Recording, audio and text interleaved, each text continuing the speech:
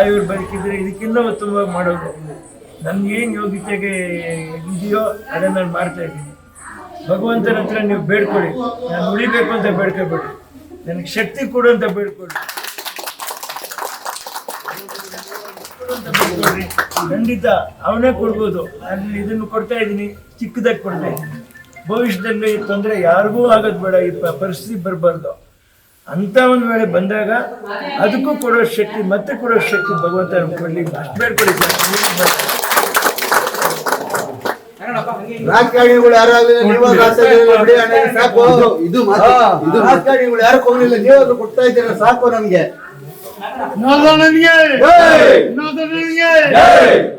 ಬಡವರ ಬಂಧು ವಿನೋದ್ ಅಣ್ಣಂಗೆ, ಬಡವರ ಬಂಧು ವಿನೋದ್ ಅಣ್ಣಂಗೆ.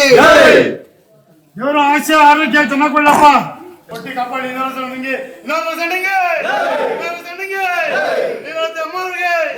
ಮೇರುನಟಿ ಲೀಲಾವತಿಯವರ ಮಗ ಹಾಗೆಯೇ ಸ್ಯಾಂಡಲ್ವುಡ್ ಕಂಡಂತಹ ಅಪರೂಪದ ಪ್ರತಿಭೆ ಆಗಿರುವಂತಹ ವಿನೋದ್ ರಾಜ್ ಅವರು ಲೀಲಾವತಿ ಅಮ್ಮನವರನ್ನ ಅಗಲಿದ ನಂತರ ಸಾಕಷ್ಟು ಒಂದು ಒಳ್ಳೊಳ್ಳೆ ಕೆಲಸಗಳನ್ನ ಲೀಲಾವತಿ ಅಮ್ಮನವರ ಹೆಸರಲ್ಲಿ ಮಾಡ್ತಾ ಇದ್ದಾರೆ. ಇತ್ತೀಚೆಗಷ್ಟೇ ನೀವು ನೋಡ್ತಾ ಇರ್ಬೋದು, ಆಟೋ ಚಾಲಕರ ಬದುಕು ಹೀನಾಯವಾಗಿದೆ. ಬಿಕಾಸ್ ಯಾಕೆಂತಂದ್ರೆ ಒಂದ್ ಕಡೆ ಗ್ಯಾಸ್ ಸಿಗ್ತಾ ಇಲ್ಲ, ಮತ್ತೊಂದ್ ಕಡೆ ಅವರ ಕುಟುಂಬಗಳನ್ನ ನಡೆಸೋದಕ್ಕೆ ಆಗ್ತಾ ಇಲ್ಲ. ಇಂತಹ ಒಂದು ಸಂದರ್ಭದಲ್ಲಿ ಲೀಲಾವತಿ ಅಮ್ಮನವರ ಹೆಸರಲ್ಲಿ ಆಟೋ ಚಾಲಕರಿಗೆ ಉಪಯುಕ್ತವಾಗಬೇಕು ಅನ್ನುವಂತಹ ನಿಟ್ಟಿನಲ್ಲಿ ಒಂದಷ್ಟು ಫುಡ್ ಕಿಟ್ಗಳನ್ನ ಕೊಟ್ಟಿದ್ದಾರೆ. ಸೊ ಆ ಫುಡ್ ಕಿಟ್ಗಳನ್ನ ತಗೊಂಡಿರುವಂತಹ ಒಂದಷ್ಟು ಜನ ಆಟೋ ಚಾಲಕರು ನಮ್ಮ ಜೊತೆ ಜಾಯ್ನ್ ಆಗ್ತಾ ಇದ್ದಾರೆ. ಮಾತನಾಡಿಸ್ತಾ ಹೋಗ್ತೀನಿ. ಸರ್, ಮೊದಲನೇದಾಗಿ ನಮಸ್ತೆ.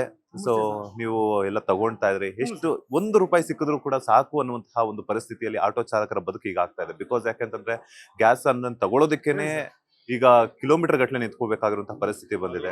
ಸೊ ಏನಾಗ್ತಿದೆ ಅಂತ ಸರ್? ತುಂಬಾ ತೊಂದರೆ ಆಗದೆ ನಮ್ಗೆ, LPG ಇಂದ ತುಂಬಾ ತೊಂದರೆ ಆಗದೆ. ನಾವು ಡೈಲಿ ಬೆಳಗ್ಗೆ ಇದ್ರೆ ಮಕ್ಳು ಫೀಸ್ ಕಟ್ಟಬೇಕು, ಮನೆ ಅದೇ ಸಂಸಾರ ಸಾಕ್ಬೇಕು, ಬಾಡಿಗೆ ಮನೆಗಿದ್ದೀವಿ, ಬಾಡಿಗೆ ಕಟ್ಟಬೇಕು. ತುಂಬಾ ಗ್ಯಾಸ್ ಹೋದ್ರೆ ಬ್ಲ್ಯಾಕ್ ಮಾಡ್ತಾರೆ. ₹57 ಇದ್ದಿತ್ತು, ಇವತ್ತು ತುಂಬಾ ಬ್ಲ್ಯಾಕ್ ಆಗಿ ₹120 ಮಾಡ್ತಾರೆ. ಇನ್ನೊಂದು ಬಂಕ ಬಂದು ₹100 ಮಾಡ್ತಾರೆ. ಅದರಿಂದ ನಮ್ ಜೀವನ ಇರೋ ಸರ್. ಆಟ ಬಿಟ್ಟು ನಮ್ಗೆ ಜೀವನ ಇಲ್ಲ. ಬೆಳಗ್ಗೆ ಇದ್ರೆ ಅದ್ರಾಗೆ ಕೂಲಿ ಮಾಡಬೇಕು. ಏನೋ ಇದು ಹಮ್ಮಿಕೊಂಡವ್ರೆ ಇನ್ನೊಂದವರು ಬಡ್ಸ್ತಾನ ಅಂತ ಆಟೋ ಡ್ರೈವರ್ಗಳಿಗೆ ಹಮ್ಮಿಕೊಂಡು ಒಂಥರ ಅವ್ರ ಕೈಯಲ್ಲಿ ಸಹಾಯ ಮಾಡಾರೆ.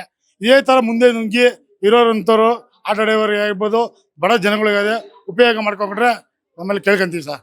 ಆರೋಗ್ಯ ಆಯುಸು ಕೊಡಲಿ ಇನ್ನೊಂದವ್ರಿಗೆ, ಆ ತಾಯಿಗೂ ದೇವ್ರಿಗೆ ಒಳ್ಳೆ ಕಾಪಾಡಲಿ ಅಂತ ಮಗ ಬೇಕೇ ಬೇಕು ಸರ್. ಒಳ್ಳೇದಾಗಲಿ. ಆಟೋ ಡ್ರೈವರ್ ತುಂಬ ಕಷ್ಟ ಐತೆ ಸರ್. ತುಂಬ ಜನ ಆಟೋ ಡಿಪಾರ್ಟ್ಮೆಂಟ್ಗೆ ಅವರ ದಿನ ಕೂಲಿ ನೋಡಬೇಕು, ಮಕ್ಳು ಸಾಕಬೇಕು, ತಾಯಿ ಮಕ್ಕಳು ಆಸ್ಪತ್ರೆಗೆ, ಅವ್ರು ತುಂಬ ಕಷ್ಟ ಐತೆ ಸರ್. ಆಟೋ ಡಿಪಾರ್ಟ್ಮೆಂಟೇ ಬೇಡ ಅನ್ಸ್ಬಿಡೋದು ನಮಗೆ, ಆ ಥರ ಜೀವನ ಆಗ್ಬಿಡೋದೆ.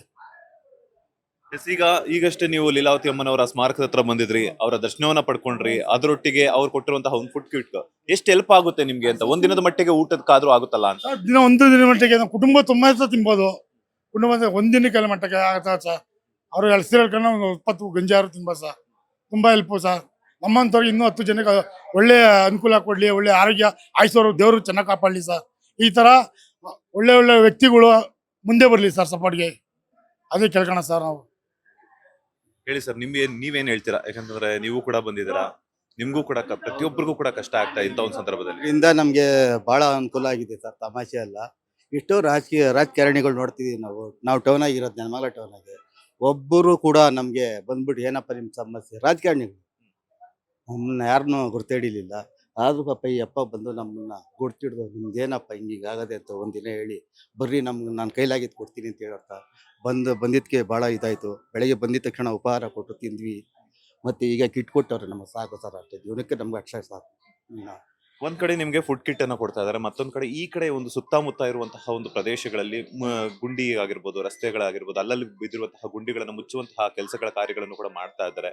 ಸೊ ಅದು ಕೂಡ ನಿಮ್ಗೆ ಹೆಲ್ಪ್ ಆಗುತ್ತಲ್ಲ ಆಟೋಗಳಿಗೆ ಅಂತ? ಹೌದು ಸರ್. ನಮ್ಮ ಮೇನ್ ಬೇಕಾಗಿರೋದೇ ನಮಗೆ ರಸ್ತೆ ನಮ್ಮ ಮೇನ್ ಬೇಕಾಗಿರೋದು. ಅದರಿಂದ ಏನಾಗಿದೆ, ಈಗ ಪರವಾಗಿಲ್ಲ ಒಳ್ಳೊಳ್ಳೆ ಕೆಲಸಗಳು ಮಾಡ್ತಾ ಇದ್ದಾರೆ, ಏನು ತೊಂದರೆ ಇಲ್ಲ ಸರ್. ಅದರಿಂದ ಏನು ತೊಂದರೆ ಇಲ್ಲ, ಪರವಾಗಿಲ್ಲ ಇರೋದ್ರಿಗೆ. ಸರ್, ಅಕ್ಕಪಕ್ಕ ಹಳ್ಳಿಗಳು, ಸೌದೆನಹಳ್ಳಿ, ಈ ಕಡೆ ಆಗಲ್ಕುಪ್ಪೆ ರೂಟು, ಇವರು ಸುತ್ತಮುತ್ತ ಸರೌಂಡಿಂಗ್ ತುಂಬ ಹೆಲ್ಪ್ ಮಾಡೋರು ಸರ್. ಜನಗಳು ಇಷ್ಟೇ ಇವ್ರ ಬಗ್ಗೆ ತುಂಬ ಕೈಲಾದ್ರೆ ಸಹಾಯ ಮಾಡ್ತಾರೆ. ಟೌನಾಗೂ ಅಷ್ಟೇ, ನೆಲಮಂಗಲ ಕುಣಗುಲ್ ಬೈಪಾಸ್ ಆಗಿ ತುಂಬ ಗುಂಡಿಗಳು ಬಿದ್ದಿದ್ದು. ರಾಜಕೀಯ ವ್ಯಕ್ತಿಗಳಾಗಲಿ, ಪ್ರತಿಯೊಬ್ಬರು MLA ಆಗಲಿ, ಅದೇ ಪ್ರತಿನಿತ್ಯ ರೋಡಾಗಿ ತಿರುಗಾಡೋರು ಸರ್. ಯಾರು ತಲೆ ಕೆಡಿಸ್ಕೊಂತ ಇರಲಿಲ್ಲ.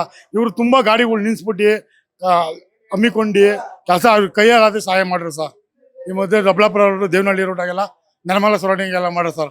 ನೋಡಿದ್ರಲ್ಲ, ಲೀಲಾವತಿ ಅಮ್ಮನವರ ಹೆಸರಲ್ಲಿ ಫುಡ್ ಕಿಟ್ಗಳನ್ನ ತಗೊಂಡಿರುವಂತಹ ಆಟೋ ಚಾಲಕರ ಮಾತು ಇದಾಗಿತ್ತು. ಕ್ಯಾಮರಾ ಪರ್ಸನ್ ಮಲ್ಲಿಕಾರ್ಜುನ್ ಜೊತೆ ಮಂಜುನಾಥ್ ಶ್ರೀನಿವಾಸ್, ಸುಮನ್ ಟಿವಿ ಕನ್ನಡ, ನೆಲಮಂಗಲ.